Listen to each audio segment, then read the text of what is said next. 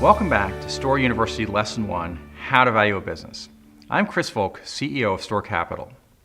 In the first 4 segments of this lesson, we discussed the importance of understanding the needs of the seller, how to calculate the cash flows of the company that you intend to purchase, how to determine how much other people's money, or OPM, you can use to acquire a business, and then how to value the remaining free cash flows of the company, which that we presumed would be funded with YAM, or your own money.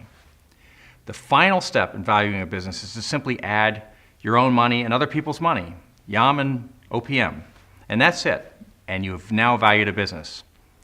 I could end the lesson here, but I want to make a few comments. First, I mentioned to you earlier that you may want to find a way of lowering the YAM requirement. After all, not everybody has a lot of YAM to acquire a business, and most business leaders start with virtually no YAM at all. This means they only have one choice. They somehow have to use more other people's money.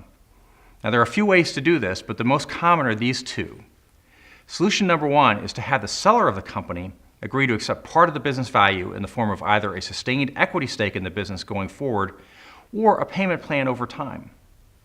Solution number 2 is to raise the money to pay for the free cash flow of the company from other people. The trick here is to use OPM to pay for the free cash flow of the company while maintaining much or most of the equity for yourself. There are several ways to do this. A common method is to offer equity investors a preferred rate of cash distributions, which they will have to get before you receive any equity cash distributions at all. Now keep in mind, you should be entitled to receive a salary if you're expecting to be employed at the business, because after all, the company would need to be staffed in any event. If you need to accept equity investors in the business because you either don't have or don't want to part with lots of YAM, governance issues become important.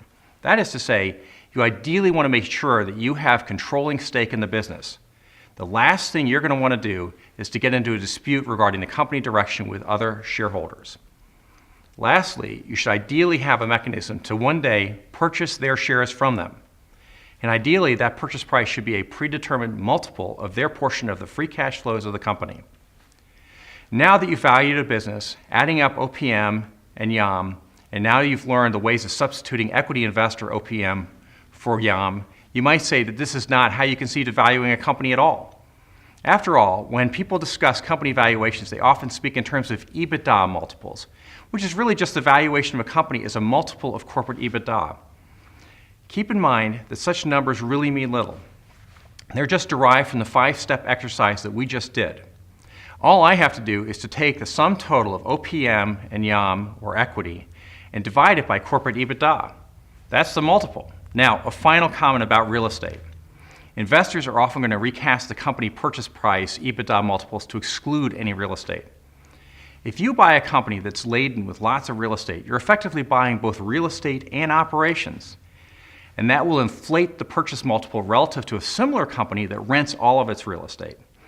So, if you decide to do a sale-leaseback with a company like Store Capital, you could also recast the effective EBITDA multiple by excluding the sales proceeds received from Store and then reducing the EBITDA by the rents to be paid to us.